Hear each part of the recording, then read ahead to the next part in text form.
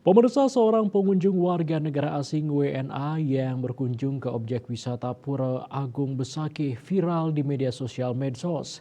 Viralnya bule laki-laki tersebut lantaran tak menggunakan gaban dan hanya mengenakan celana dalam serta kaos saat masuk kawasan Pura Agung Besakih di Sebesakih, Karangasem.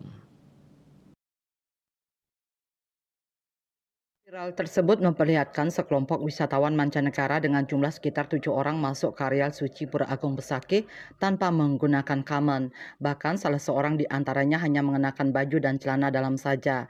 Menyikapi hal itu, Kepala Badan Pengelola Kawasan Suci Pura Besakih, I Gusti Lanang Mulyarta menjelaskan kalau wisatawan tersebut diduga masuk melalui jalur tikus yang ada di sebelah timur Pura Agung Besakih, bukan dari pintu utama Manikmas. Hal tersebut karena saat dicegat petugas jaga dan pecalang, mereka tidak membawa tiket.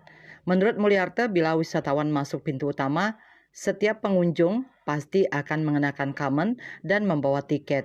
Bahkan mereka sudah sempat 2 kali dicegat oleh petugas saat coba masuk ke areal Pura Agung Besakih melalui jalur tikus. Namun petugas kalah argumen karena bule tersebut sedikit arogan. Setelah kembali dicegat pecalang, bule tersebut akhirnya mau turun. Dan sebelum turun, bule tersebut sempat marah-marah bahkan membentak petugas dan pecalang yang berjaga. Berdasarkan informasi, bule tersebut berasal dari Rusia.